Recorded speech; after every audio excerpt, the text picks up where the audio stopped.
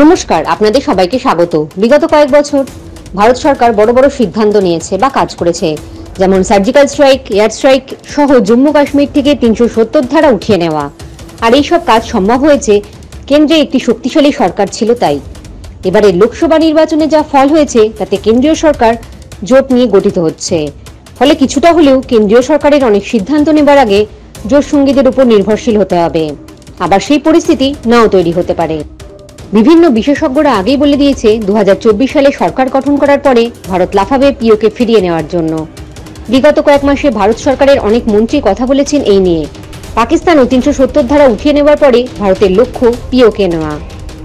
পিওকে ফিরিয়ে নেওয়া বিষয়টি অনেক বড় ব্যাপার, সেই কারণে ভারত আগে থেকেই কাজ করছে, বিশেষ করে কূটনৈতিক স্তরে। আমেরিকা, রাশিয়া, ইউএই, ফ্রান্স সহ অনেক দেশকে এই বিষয়ে পক্ষে নেওয়া হচ্ছে। অন্যদিকে পাকিস্তানের ভিতরে কাজ করছে। বিগত কয়েক বছর থেকে প্রায়ই দিন কোনো না কোনো জঙ্গি মারা যাচ্ছে অজানা ব্যক্তির হাতে।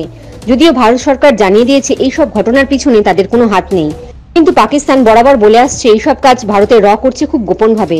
এদিকে পিওকের মানুষ রাস্তায় প্রায়ই পাকিস্তানি সেনা ও সরকারের প্রতি বিক্ষোভ দেখাচ্ছে। পরিস্থিতি এমন যে বিক্ষোভ সামলাতে গিয়ে পাকিস্তান সেনা ফায়ার পর্যন্ত করছে। সোজা কথায় ভারতের জন্য পরিস্থিতি অনুকূল পিওকে ফিরিয়ে নেবার ক্ষেত্রে। কিন্তু এবার প্রশ্ন, কেন্দ্রীয় সরকার জোট সরকার, ফলে অনেকেই মনে করছেন পিওকে ইস্যুতে সরকারের কাজ করতে অসুবিধা হতে পারে।